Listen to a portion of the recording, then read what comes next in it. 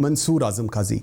नाज़रीन, मरियम नवाज़ की नैब आमद और लोगों के जिम्मे गफ़ीर ने बहुत से सवाल उठा दिए हैं। पथराव किस तरफ से हुआ और किस तरह बुलेट प्रूफ गाड़ी का शीशा टूट गया। पंजाब के वज़ीर इत्तलात का तो ये तक कहना है कि रायविंड में ये पूरा प्लान तैयार किया गया था और मरियम नवाज़ की गाड़ी को पत्थर मारने वालों को एडवांस मुआवजा भी दिया गया था। खैर, इन बेकाबू हालात और हजूम को देखकर नैब ने मरियम का मौक़िफ़ सुनने से इनकार कर दिया, जिस पर मरियम नवाज़ डटी रहीं और वहीं खड़ी रहीं, जिस पर माहौल में मज़ीद तल्खी आने लगी। इसकी कुछ देर बाद मरियम नवाज़ वापस चली गईं और पुलिस ने पथराव करने वाले कारकुनान को गिरफ्तार करना शुरू कर दिया। पथराव शुरू कहाँ से हुआ? क्योंकि मुस्लिम लीग नून और नैब दोनों का मौक़िफ़ एक है कि पत्थर दूसरी तरफ से आना शुरू हुए। मरियम की खामोशी, मरियम के ट्विटर की खामोशी, शहबाज शरीफ की मुलाकातों की अफवाहें, मुस्लिम लीग नून का बयानिए की जंग, सब कुछ मरियम नवाज़ की प्रेस कॉन्फ्रेंस ने ख़त्म कर दिया। मुस्लिम लीग नून का एक बयानिया है और वो ये है कि वोट को इज्जत दो और नवाज़ शरीफ का फैसला ही आखिरी फैसला होगा। इस तमाम सूरत हाल पर बात करने के लिए मुझे ज्वाइन किया है मोहम्मद ज़ुबैर साहब ने। आप मुस्लिम लीग नून के सीनियर रहनुमा हैं, साबिक़ गवर्नर सिंध हैं। ज़ुबैर साहब, thank you very much ji, very grateful for your time. Zubair साहब, ऐसा लगता है कि अब मुस्लिम लीग नून दो हिस्सों में तकसीम है, एक तरफ शहबाज शरीफ हैं और दूसरी तरफ मरियम नवाज़ हैं। क्या कहेंगे इस पर आप? मेरा ख्याल है ये बिल्कुल तज्जिया सही नहीं है।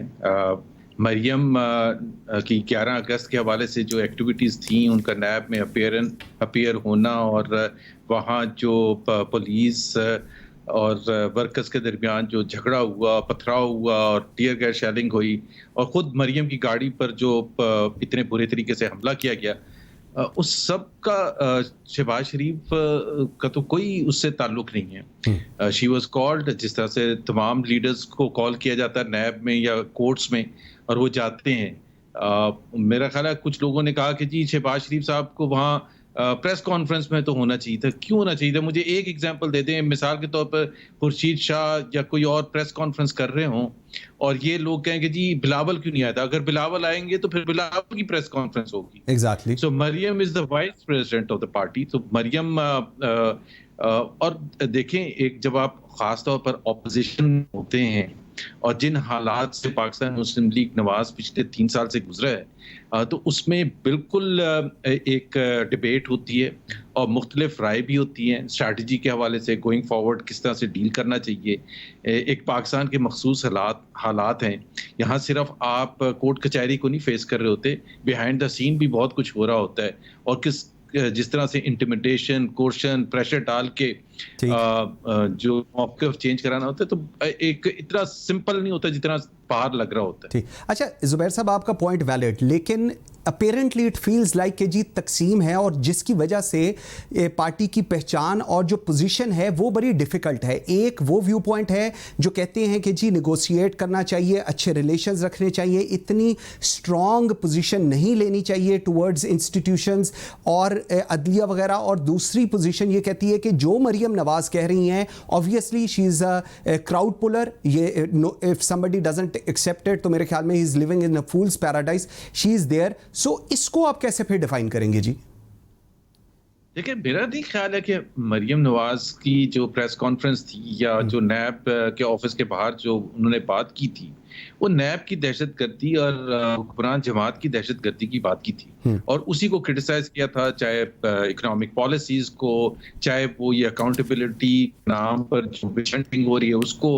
और ये सिर्फ हमारा मरियम नवाज का मौकिफ नहीं है, ये तो मौकिफ सुप्रीम कोर्ट ऑफ पाकिस्तान का भी है। पॉलिटिकल इंजीनियरिंग का लफ्ज और वो जो बहुत सी दूसरी चीजें जो सुप्रीम कोर्ट और दूसरे कोर्ट्स कहते रहे हैं पिछले 1 साल से, तो मरियम नवाज ने तो किसी इदारे को अटैक नहीं किया था, सिर्फ रूलिंग पार्टी को अटैक किया था। क्योंकि हम समझते हैं कि ये तमाम चीजें इमरान खान और रूलिंग पार्टी के ईमा पर हो रही हैं और NAB is the tool in the hands of Imran Khan. That is why when Supreme Court calls it political engineering, NAB is not a political party.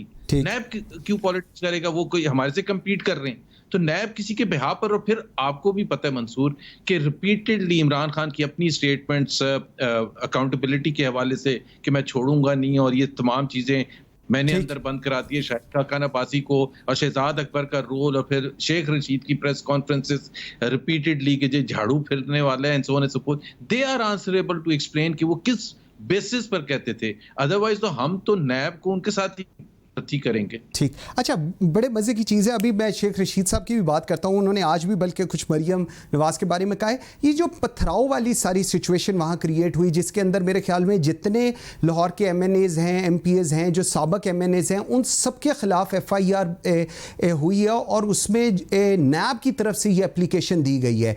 इसको आप फिर क्या देखेंगे? क्योंकि उन्होंने कहा है कि जी आप लोग गाड़ियों में भर कर लाए। फयाजुल हसन चौहान ने कहा कि जी वो प्लान किया गया था और उसके बाद जो गाड़ियों पे पत्थर मारेगा उसको मुआवजा भी दिया गया। ये चीज को आप कैसे एनालाइज कर रहे हैं? एक तो मैं खुद वहां मौजूद था और मेरे खिलाफ भी FIR है, अगर आप नाम देखेंगे तो। ओके। वहां राना सनाउल्लाह, मैं, मुसद्दिक मलिक, दानियल अजीज, ये सबके खिलाफ जाहिर है पर्चा है, तो हम सब वहां मौजूद थे। दूसरी चीज ये है कि मैं आपको ये बता दूं कि 2 साल की हिस्ट्री है जब से हम ऑपोजिशन में हैं कि मरियम नवाज पहली दफा नैब के ऑफिस में या किसी कोर्ट में नहीं आ रही थी। दर्जनों दफा आ चुकी हैं पिछले 2 साल में। मियां नवाज शरीफ आ चुके हैं, शहबाज शरीफ, हमजा शहबाज, साद रफीक और पता नहीं जितने भी आप लीडरान की बात कर सकते हैं। कभी कोई एक गमला भी टूटा है? तो इस दफा क्यों plan? Why would be plan? और अगर हम प्लान कर रहे थे ये करने का ताकि शो ऑफ स्ट्रेंथ कर सकें, ताकि इसको पॉलिटिकल इससे माइलेज ले सकें, तो फिर तो हुकूमत बहुत ही बेवकूफ है कि दे फेल इनटू दैट। हमारे तो बड़े बेसिक क्वेश्चन है टू स्टार्ट विद कि नाके क्यों लगाए गए थे लाहौर में? ठीक, मतलब किस सिलसिले में लगाए गए थे? सेक्शन 144 तो नहीं लगा हुआ था, कर्फ्यू तो नहीं लगा हुआ था। वहां 9 बजे से सारे वर्कर्स जमा होना शुरू हो गए थे। 9 बजे से लेकर 12:30 बजे तक, मुझे ये बता दें, पूरा मीडिया भी मौजूद था कि कोई किसी ने कुछ गड़बड़ करने की कोशिश की। सबसे पहले जब मरियम नवाज की गाड़ी आई है तो उस वक्त, अच्छा सबको छोड़ दें भाई, अवाम ने क्या किया था उसको तो छोड़ दें, क्या ये वीडियोस मौजूद हैं या नहीं है कि मरियम नवाज की कार पर पथराव पुलिस करते हुए देखी गई है? और ये कोई भी नहीं कह सकता कि मरियम नवाज की गाड़ी से कोई पथराव हुआ था। ये तो नहीं कोई कह रहा गाड़ी के अंदर तो से हुआ। ठीक, जब मरियम नवाज की तरफ से कुछ हुआ ही नहीं था तो आप मरियम नवाज पर अटैक क्यों कर रहे थे? आपने उसका शीशा क्यों तोड़ दिया? और मैं आपको मंसूर एक चीज बता दूं, जी। मैं तो इस किस्म का आदमी हूं कि जो पॉलिटिकल, अगर ये PTI होता तो पता नहीं इसको क्या कुछ कर जाता।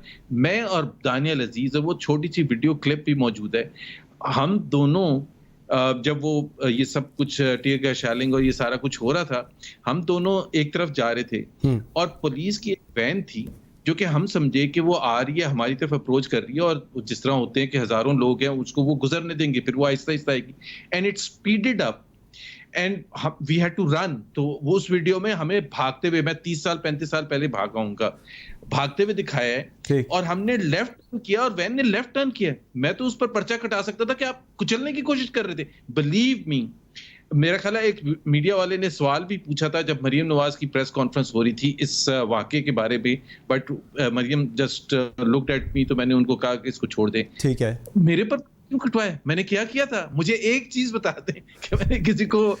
अच्छा जुबैर साहब, आपकी मैं थोड़ी सी वो FIR पे बात करूं। कैप्टन सफ्दर गए थे रात को इमरान खान साहब और इन लोगों पर FIR कराने, वो क्यों गए थे? वो भी जरा बताइएगा प्लीज। वो इसलिए गए थे कि मरियम नवाज की कार पर अटैक हुआ है। ओके। मरियम नवाज की कार पर अगर वो बॉम्ब प्रूफ कार ना होती तो शीशे पर खच्चे उड़ जाते, and she was sitting in front, wind screen पर लगा है। और आप खुद सोचें कि बॉम्ब प्रूफ कार के शीशे किस किस्म के होते हैं कि बॉम्ब को बर्दाश्त कर सकते हैं। वो ईंटों पर से जब अटैक किया गया और उनका क्रैक पड़ गया, पीछे भी लगा हुआ है, तो क्यों ना पर्चा कटाएं? हम तो सीधा सीधा कह रहे हैं कि भाई आप बाकी वर्कर्स को तो छोड़ देना। क्या हुआ था मरियम नवाज पर? आपने क्यों अटैक? उस वक्त तक तो किसी को कुछ नहीं पता था ना। Why were you attacking Maryam Nawaz's vehicle? This the police and the government of Pakistan, Punjab has to answer for this. तो ये जो आपके हिसाब से जो मरियम नवाज की गाड़ी के शीशे पे मारे गए, ये पत्थर नहीं थे? बिकॉज ऑब्वियसली अगर बुलेट प्रूफ और बम प्रूफ गाड़ी है तो ये पत्थर के अलावा कोई और चीज थी। That's what you are saying जी? बहुत हैवी थे। ओके अब मैं तो उसका पर्सनल शायद नहीं हूँ जब वो अटैक हुआ था, बिकॉज मैं दूसरी तरफ था। ओके लेकिन जाहिर सी बात है, जितनी भी वीडियोस बनी हैं ठीक उसके ठीक हिसाब है से, और बाद में हमने कार को पर्सनली देखा भी है ठीक है कि वो कितनी बुरी तरीके से उसके वो खराब हुई हुई है हर तरफ से। तो पुलिस हैज टू जस्टिफाई, और पुलिस ने शुरू क्यों किया था? What was the need of लाठी चार्ज? किसने ओके उन पर ठीक अटैक किया था? ठीक ठीक। अच्छा, दूसरा मुझे एक चीज बताइएगा, थोड़ा सा आगे चलते हैं, क्या वजह है ऑपोजिशन के सीनियर रहनुमाओं की मुलाकातों के बावजूद, कमर जमान कायरा, एहसन इकबाल साहब सब मिले, ऑल पार्टीज जो ऑपोजिशन की कॉन्फ्रेंस है वो नहीं हो पा रही, और इसके ऊपर हुकूमत का वो दावा, तकवीयत उसको मिल रही है कि जी ऑपोजिशन इकट्ठी नहीं है, सिर्फ टॉक शोज में और बयानात देने की हद तक ये लोग इकट्ठे हैं, but they will never come out together. मेरा ख्याल है उस पे हुकूमत की असेसमेंट हो या आपकी अपनी असेसमेंट हो, वो जो भी असेसमेंट हो सकती है। एक तो मंसूर, मैं आपको बता दूं कि एपीसी को बहुत ज्यादा हाइप हम सब देते हैं कि जी एपीसी होगी, तो एपीसी के बाद क्या होगा? बिकॉज इनफॉर्मल या फॉर्मल मुलाकातें तो होती रहती हैं, शहबाज शरीफ की, बिलावल की, पार्लियामेंट के अंदर जितने भी ऑपोजिशन जमाते हैं वो आपस में प्रैक्टिकली एवरी डे जब इजलास हो रहा होता है तो वो मिलते भी हैं, कई दफ़ा फॉर्मल तरीके से मिलते हैं, कई दफ़ा इनफॉर्मल तरीके से मिलते हैं, और उसमें बहुत से फैसले भी होते हैं कि जी हमने आगे क्या करना है, बजट को या पार्लियामेंट के अंदर कैसे अपोज करना है, पार्लियामेंट के बाहर कैसे अपोज करना है। तो एक तो मैं तो पर्सनली, अगर आप मेरे से पूछेंगे कि I have never been too much of a fan of APCs कि जी एपीसी हो जाएगी उसके बाद पता नहीं क्या हो जाएगा, क्योंकि अगर जो बातें हैं वो बिहाइंड द सीन्स ज्यादा अच्छे तरीके से होती हैं, और जो इस वक्त हो रही हैं वो ये हो रही हैं, ये मैं आपके साथ शेयर कर सकता हूँ कि जो बिहाइंड द सीन्स के जी एपीसी का एजेंडा सबसे ज्यादा, क्योंकि एक फॉर्मल जब सेशन होता है और जिस पर तमाम लोगों की नजरें हों, इंडिपेंडेंट मीडिया की भी हों और हुकूमत की भी हों और पॉलिटिकल एनालिस्ट की भी हों, तो फिर उससे जब तक वो मकसद हासिल ना हो जिसके लिए आप एपीसी करने जा रहे हैं, तो वो बिल्कुल बैकफायर कर जाता है। तो क्या ऐसा एजेंडा एग्री किया जा सकता है जिसके कोई मीनिंगफुल रिजल्ट्स भी निकलें, और जब एपीसी से बाहर आए तमाम ऑपोजिशन जमातें, तो अवाम के लिए कोई खबर ऐसी दें जो कि एक इवेंटफुल चीज हो? मैं ये नहीं कह रहा कि जी हुकूमत को गिराने का ही रिजल्ट ओरिएंटेड कोई चीज हो। ठीक कह रहे हैं, ठीक कोई चीज हो। ठीक। अच्छा, एक थोड़ा सा मुझे बताइएगा, आज वो आप अभी शेख रशीद साहब की बात कर रहे थे, उन्होंने कहा कि जी मरियम नवाज ना अहल हो चुकी हैं और अब वो इस कोशिश में हैं कि शहबाज शरीफ को भी ना अहल कराया जाए, और आज नवाज शरीफ जिस जहां पर हैं वो मरियम की वजह से हैं, और वो कोशिश है उनकी कि वो शहबाज शरीफ को भी उसी लेवल पर लेकर जाया जाए। इस पर आपका क्या मौक़िफ़ है जी? क्या वाकई ऐसा हो रहा है? क्यों चाहेगा कोई भी कि जी शहबाज शरीफ को डिस्क्वालीफाई करवाएं? क्यों चाहेंगी मरियम नवाज? देखिए, मेरा ख्याल है शेख रशीद एक सियासी कारकुन है, सियासी लीडर हैं, और उनको सियासत में compete करना चाहिए मरियम नवाज के साथ, बजाय कि ये बहाने करें कि जी वो डिस्क्वालीफाई हो चुकी हैं, या मुकाबला करें भाई, बजाय कि वो गेट नंबर 4 की बातें करने के। You are a political leader for 40 bloody years. आपको चाहिए कि मरियम नवाज को, बजाय कि आप दूसरे तरीकों से मुकाबला, आप नॉर्मल डायरेक्ट पॉलिटिकल कंपटीशन करके नहीं कर सकते, तो आप कह रहे हैं कि जी वो डिस्क्वालीफाई है। भाई, वो कोर्ट कचहरी का ताल्लुक है। Sheikh Rashid should be ready to face Maryam Nawaz और anyone else in the political arena. ये बड़ी सिंपल सी चीज। मैं तो कभी किसी के लिए नहीं कहूंगा कि जी मैं इसके साथ मुकाबला नहीं करूंगा क्योंकि इसका कोर्ट ने, और वो भी वो कोर्ट और वो अकाउंटेबिलिटी का प्रोसेस जो मेरा ख्याल है शेख रशीद को हमारे से ज्यादा अच्छी तरह पता है कि जी जिसकी कोई क्रेडिबिलिटी अब खत्म हो चुकी है। जिस नैब के तहत केसेस चलाए गए और जिन जजों ने चलाए, उनकी क्रेडिबिलिटी खत्म हो चुकी है। खुद सुप्रीम कोर्ट ने, हाई कोर्ट ने। जी, ठीक हो गया। अच्छा जुबैर साहब, थोड़ा सा आगे, ऑपोजिशन, हुकूमत कहती है कि जी ऑपोजिशन सिर्फ एनआरओ चाहती है और मौलाना फजल रहमान को इस्तेमाल कर रहे हैं। ये भी एक उनका मौक़िफ़ है कि जी पहले भी इस्तेमाल किया था, अब भी इस्तेमाल कर रहे हैं। ऑपोजिशन की जो सियासत कर रही है वो सिर्फ वक्त का ज़िया है और कोई पॉजिटिव रोल अदा नहीं कर पा रही इसके अंदर। सो हमें परेशान होने की ज़रूरत नहीं, वी आर वेरी रिलैक्स, इनसे हमें कोई ख़तरा नहीं। शॉर्टली इस पर बताइएगा, फिर मैंने आगे ज़रा जाना है जी। एक तो मेरा ख्याल है खतरे की कहां से बात आ जाती है। पाकिस्तान का एक आइन है, उस आइन के तहत एक ऑपोजिशन का एक डिफाइंड रोल है, और वो बड़ा इंपॉर्टेंट रोल है और हमारी रिस्पॉन्सिबिलिटी है to play that role effectively within the parliament and outside the parliament. हुकूमत पर जिस तरह मीडिया का चेक होता है, जिस तरह जुडिशरी का चेक होता है, उसी तरह से ऑपोजिशन का भी चेक होता है। ये हमारा फर्ज है, हमारी रिस्पॉन्सिबिलिटी है। हमें अवाम के वोटों से हम वहाँ पार्लियामेंट में बैठे हैं, सो हम हुकूमत की पॉलिसीज को, परफॉर्मेंस को क्रिटिसाइज करते रहेंगे। ठीक है। और मेरा ख्याल है हम आज तक जो सियासत की है वो बिल्कुल with in the framework of the constitution की है, तो हुकूमत को तो खुश होना चाहिए कि हम वो सियासत तोड़ फोड़ वाली करते भी नहीं है, ना ही हमारी ये कोई प्लान में है